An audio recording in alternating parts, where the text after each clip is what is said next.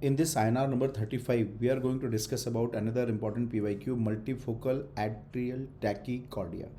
Right? So what is multifocal atrial tachycardia? If you split the name, you can understand.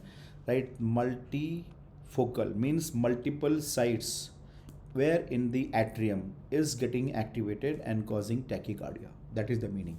So you will see that in the atrium you will be seeing multiple ectopic foci will be generated. So multiple ectopic foci are generated, that is why multifocal atrial tachycardia.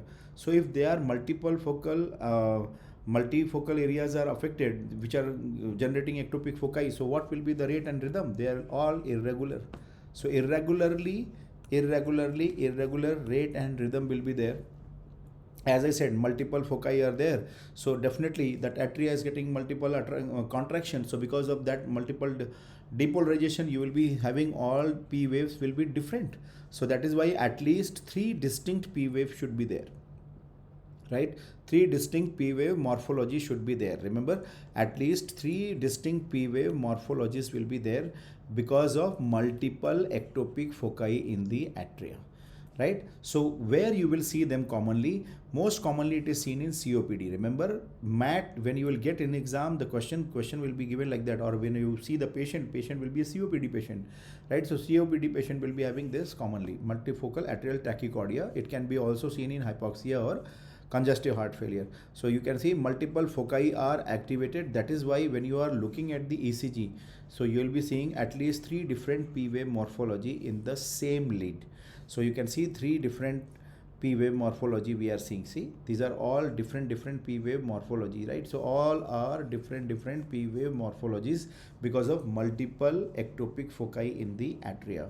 And when you will see the rhythm and rate, they are all gone. Irregular rate and rhythm because of varying PP, PR and RR interval. So irregular rhythm, and when you will see the heart rate will be more than 100 beats per minute.